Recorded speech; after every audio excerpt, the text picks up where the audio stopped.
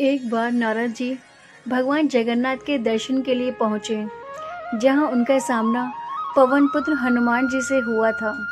जब नारद जी प्रभु से मिलने के लिए जा रहे थे, तो हनुमान जी ने उन्हें रोकते हुए कहा कि प्रभु विश्राम कर रहे हैं, आपको अभी इंतज़ार करना होगा।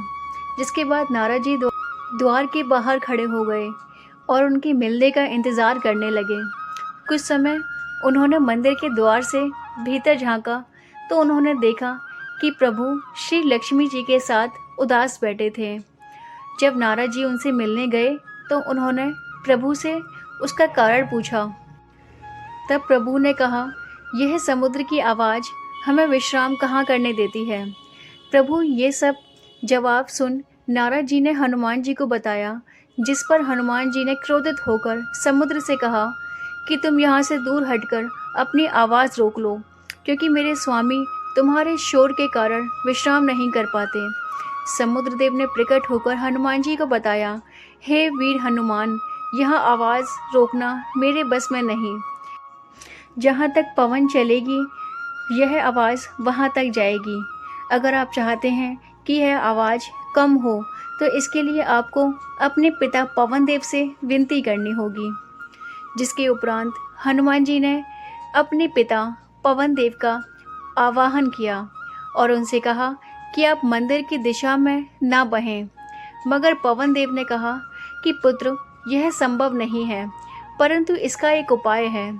तुम मंदिर के आसपास ध्वनि रहित वायुकोशीय व्रत या विवर्तन बनाओ। तब हनुमान जी ने अपनी शक्ति से खुद को 2 भागों में विभाजित किया और फिर वे वायु से भी तेज गति से मंदिर के आसपास चक्कर लगाने लगे।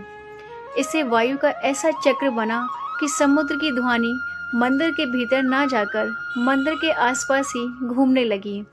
कहा जाता है, इसके बाद प्रभु को कभी समुद्र की आवाज़ ने परेशान नहीं किया और मंदिर में श्री जगन्नाथ जी आराम से सोते रहते हैं।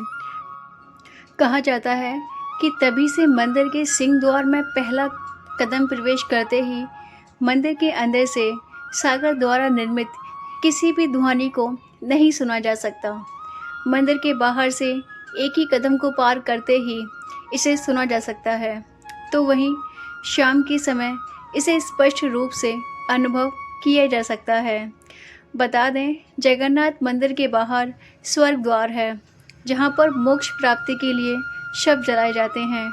लेकिन जब आप मंदिर से बाहर निकलेंगे तभी आपको लाशों के जलने की गंध महसूस होगी।